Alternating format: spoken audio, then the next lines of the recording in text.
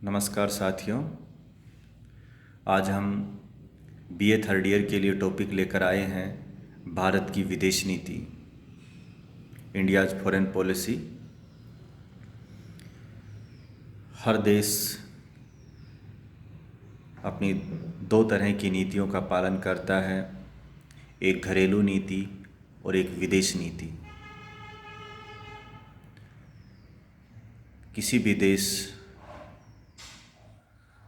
को एक मजबूत देश बनने के लिए अपने हितों को अधिक से अधिक सिद्ध करने के लिए उसे विदेश के स्तर पर भी और घरेलू स्तर पर भी ऐसी नीतियां बनानी होती हैं जिससे देश अधिक सशक्त हो, राष्ट्र की एकता और अखंडता अधिक मजबूत हो, राष्ट्र में मानवीय विकास और अधिक से अधिक हो और एक मजबूत राष्ट्र बन सके।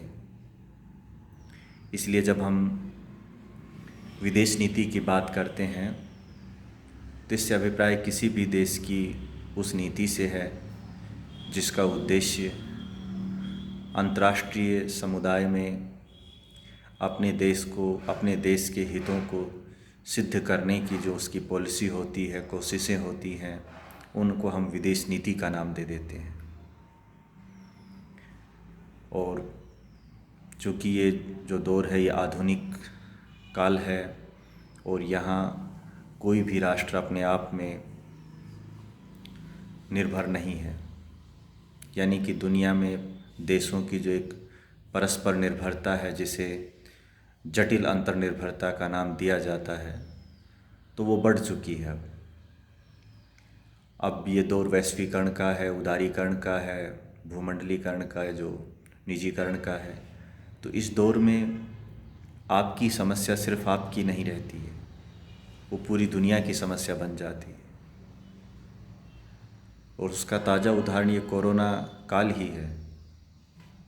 कोविड जो वायरस है इसकी शुरुआत तो चीन से हुई है, लेकिन कुछ समय बाद ही वो दुनिया की समस्या बनी और एक महामारी बन गई और एक वैश्विक महामारी बन गई जिसने दुनिया की अर्थव्यवस्था को चौपट कर दिया। दुनिया में जान माल का बड़े पैमाने पर नुकसान हुआ है। तो इसीलिए आपको अब विदेश स्तर पर बहुत सक्रिय रहना पड़ता है। दुनिया में जो घट रही घटनाओं के प्रति बहुत सचेत रहना पड़ता है। ये दौर मध्य युग का दौर नहीं है कि आप अपने देश के भीतर जो कर रहे हैं दुनिया को उसके से कोई लेना देना नहीं है। तो इसी बात को ध्यान में रखते हुए भारत का जो संविधान का अनुच्छेद 51 है नीति निर्देशक तत्वों में, उसमें बाकायदा भारत की फॉरेन पॉलिसी का जो आधार है उस पर बात कही गई है। और उसका मूल सार यही है कि भारत अंतर्राष्ट्रीय शांति को प्रोत्साहन देगा और राष्ट्रों के मध्य जो आपसी विवाद हैं उनके शांतिपूर्ण निपटारे में भरोसा रखेगा, युद्धों से दूर रहेगा। ये सब बातें उसमें कही गई हैं। युद्धों से दूर रहने का मतलब आक्रमणकारी जो प्रवृत्ति है उससे दूर रहेगा। जब आप पर कोई अटैक होता है तो आपको डिफेंस में तो जाना ही होगा। और भारत ने जो भी युद्ध लड़े हैं वो भारत की पहली पसंद नहीं रहे हैं ऐसा करना। लेकिन जब आपके सामने कुछ घटनाएं या परिस्थितियां ऐसी आ जाती हैं कि आपको अपनी एकता और अखंडता को बचाए रखने के लिए युद्ध के रास्ते पर जाना होता है। तो भारत की विदेश नीति पर जब हम बात करते हैं तो कुछ बातें भारत की विदेश नीति में हमेशा एक जैसी रही हैं, अर्थात वो भारतीय विदेश नीति के जो आधार हैं वो स्थिर हैं, या कहें कि एक तरह से सर्वकालिक हैं। वो किसी भी दौर में दुनिया जाए लेकिन वो विचार, वो बातें हमेशा जिंदा रहेंगी, उनका महत्व हमेशा बना रहेगा, उनकी प्रासंगिकता कभी कम नहीं होगी।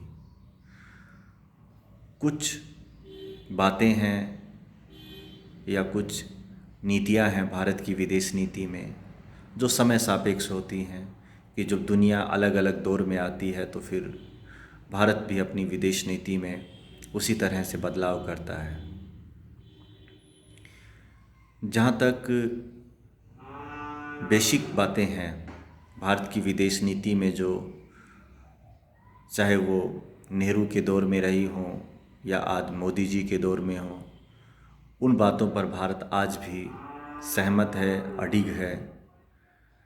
तो उन पर हम जब बात करते हैं तो पहली बात आती है कि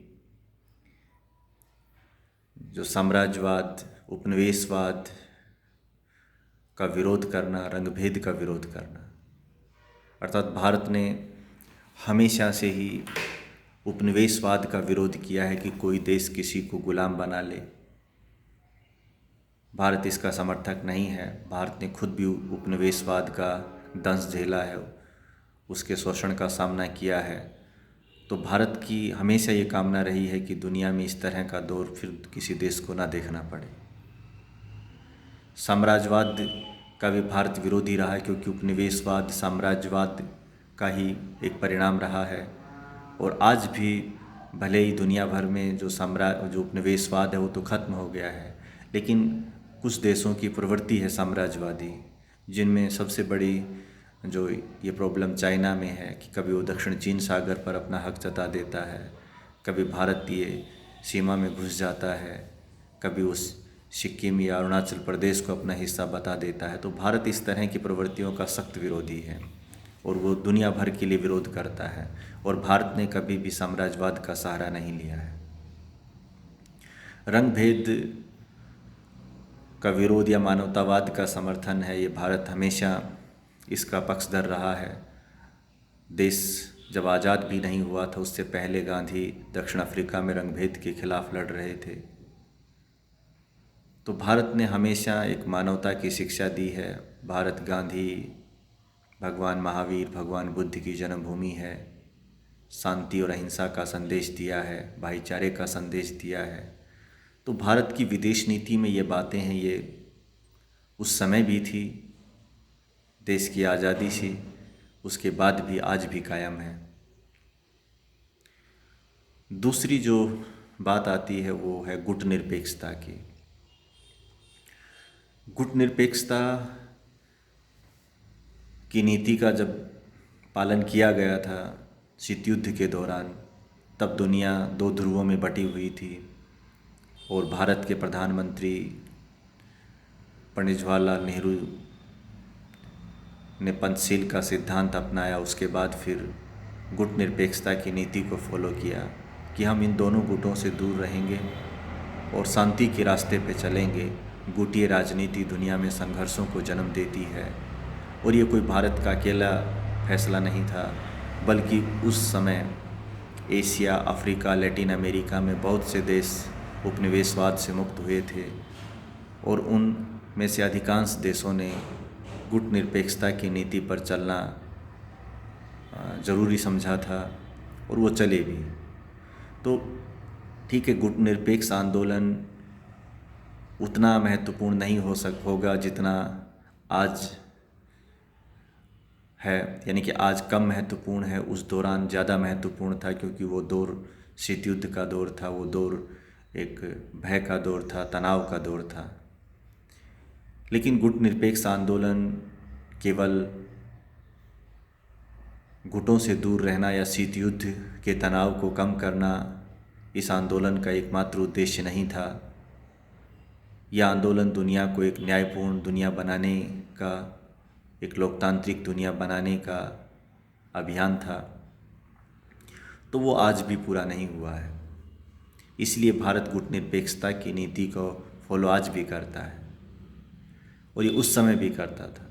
ये अलग बात है कि गुटनिरपेक्षता के मायनों में समय के साथ थोड़ा बदलाव आया है। आज हमारे सामने दो ध्रुव नहीं है दुनिया में और इसलिए हमें किसी दोनों ध्रुवों से उचित दूरी बनाने वाली भी बात नहीं है। लेकिन दुनिया में आज भी आर्थिक आधार पर भेदभाव है। उत्तर दक्षिण का जो संवाद है वो नहीं बन पा रहा है। नई अंतर्राष्ट्रीय अर्थव्यवस्था की मांग है वो पूरी नहीं हो पा रही है। नव उपनिवेशवाद है उसको आगे बढ़ाया जा रहा है। या दुनिया में और भी बहुत सी प्रॉब्लम हैं जिनके लिए कूटनिरपेक्ष आंदोलन का महत्व है, तो भारत उस पॉलिसी को आज भी फॉलो करता है। एक बात रही है जो पहले भी थी और आज भी, यानी कि जो विदेश नीति के मूल्य जिनमें निरंतरता रही है वो यूएनओ के सपोर्ट की रही है। भारत यूएनओ का सपोर्ट उस समय भी करता था जब यूएनओ का निर्माण हुआ था। भारत ने यूएनओ के चार्टर की अक्षरशः पालना की है। भारत के बहुत से गणमान्य लोगों ने यूएनओ की विभिन्न संस्थाओं में, एजेंसियों में काम किया है और बेहतर काम किया है जो उल्लेखनीय है। और भारत हमेशा मानता है कि दुनिया की जो प्रॉब्लम्स हैं, चाहे वो राष्ट्रों के मध्य हैं या कोई ऐसी साझी समस्याएं हैं, उनका समाधान यूएनओ के जरिए होना चाहिए। वो समाधान अधिक मान्य होगा, अधिक प्रभावी होगा।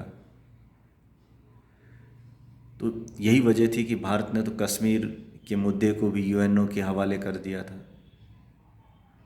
और उसके बाद भी भारत का यूएनओ से कभी भरोसा उठा नहीं। और भारत की कोशिश भी यही रहती है कि यूएनओ का समय के साथ बदलाव हो, यानी कि यूएनओ जब 1945 में निर्मित हुआ उससे बाद और आज तो दुनिया बहुत लंबे दौर से निकल चुकी है। तो ऐसे में यूएनओ में बदलाव ज़रूरी है। यूएनओ में समय सापेक्ष सुधार होते रहेंगे तो यूएनओ दुनिया को अधिक बेहतर ढंग से समझ पाएगा, संभाल पाएगा, नई नई चुनौतियों का सामना कर पाएगा। इसीलिए भारत यूएनओ के लोकतांत्रिकरण की सुरक्षा परिषद में दुनिया के दूसरे देशों को प्रतिनिधित्व देने की बात उठाता रहा है। भारत की विदेश नीति का एक और स्थायी लक्षण है या गुण है या नीति है, वो है हिंद महासागर की सुरक्षा।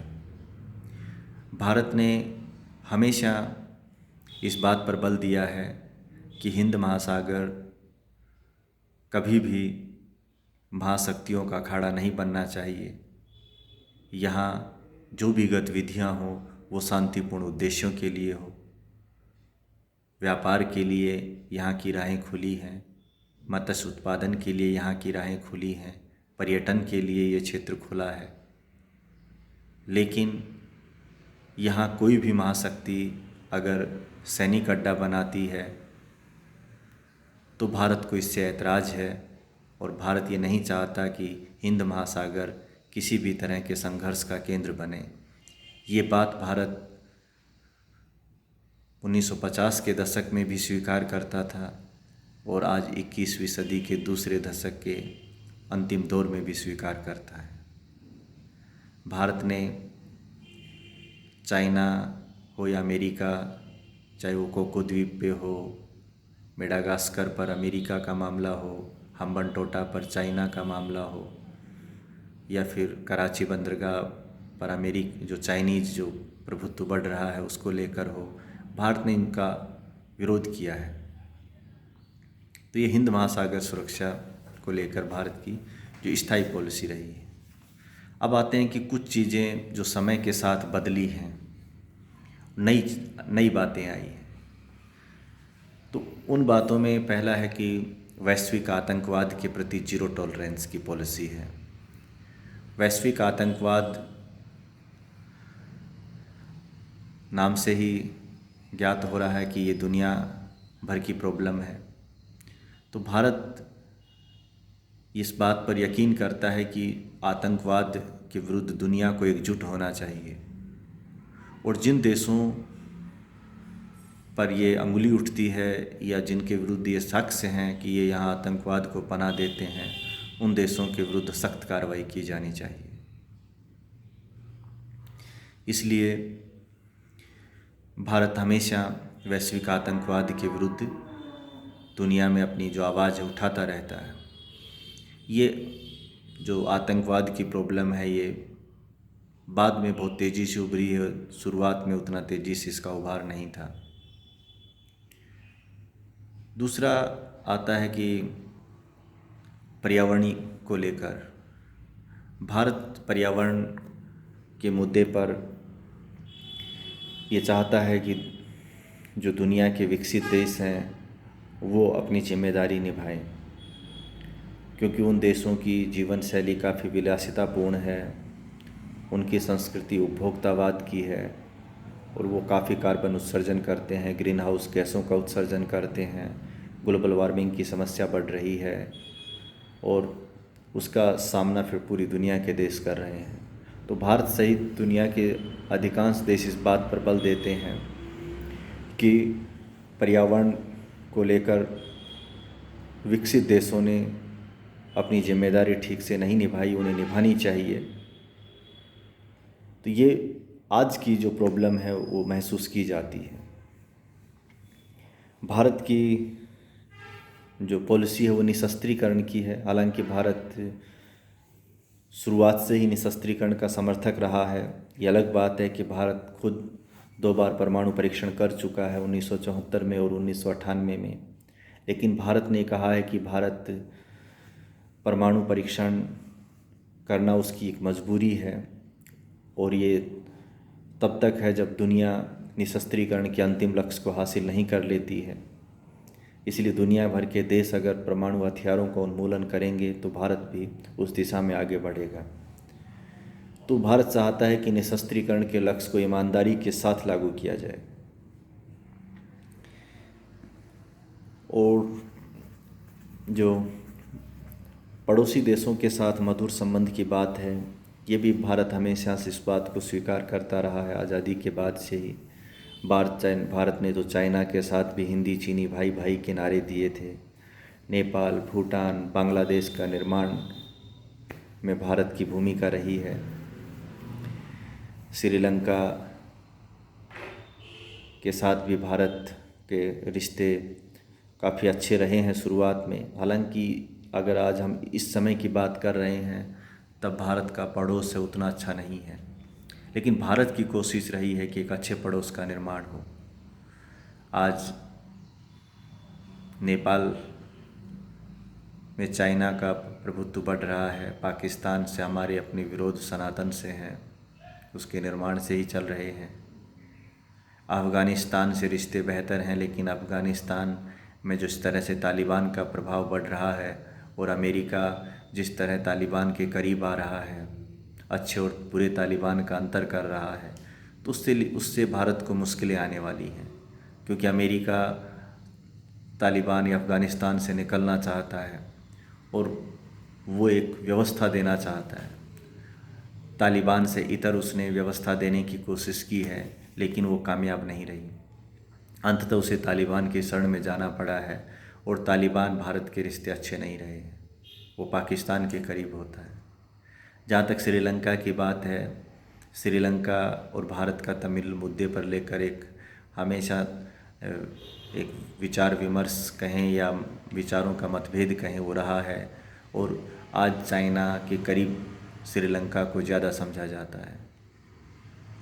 बांग्लादेश में शेख हसीना है तब तक तो भारत की स्थिति ठीक है। हालांकि सीएए के मुद्दे पर जिस तरह से हमने बांग्लादेश पर भी आरोप लगाए कि वहाँ हिंदू अल्पसंख्यकों के साथ भेदभाव होता है, तो इस बात पर लेकर जो बांग्लादेश की प्रधानमंत्री शेख हसीना की नाराज़गी रही है, वे मानती हैं कि भारत अपनी अंदरूनी राजनीति के लिए हमें मोहरा ना बनाए। तो कहने का मतलब ये है कि आसपास जो देश हैं उनके जो रिश्ते हैं भारत के साथ, वह आज की तारीख में बहुत आदर्श स्थिति में नहीं है। पर यह हमेशा उम्मीद की जाती है कि जो पड़ोस से रिश्ते हों, दुनिया से भी रिश्ते अच्छे हों। और जब रिश्तों के मधुरता की बात आती है तो पड़ोसी देशों के साथ मधुर रिश्तों की ज़रूरत और भी बड़ी होती है। कहते हैं कि मित्र बदले जा सकते हैं लेकिन पड़ोसी नहीं बदले जा सकते। पाकिस्तान हमेशा भारत की बगल में ही रहेगा और मौजूदा पीढ़ी की ये जिम्मेदारी है कि वो ये तय करे कि इन रिश्तों में जो भी समस्याएं हैं उनका समाधान करे और अपनी आने वाली पीढ़ी को एक बेहतर और शांतिपूर्ण पड़ोस देकर जाए। तो ये सब भारत की विदेश नीति पर हमने बात की है। इस पर और ज़्यादा डिटेल में हम बात करेंगे जब कभी हमें फिजिकल क्लास लेने का अवसर मिलेगा। धन्यवाद।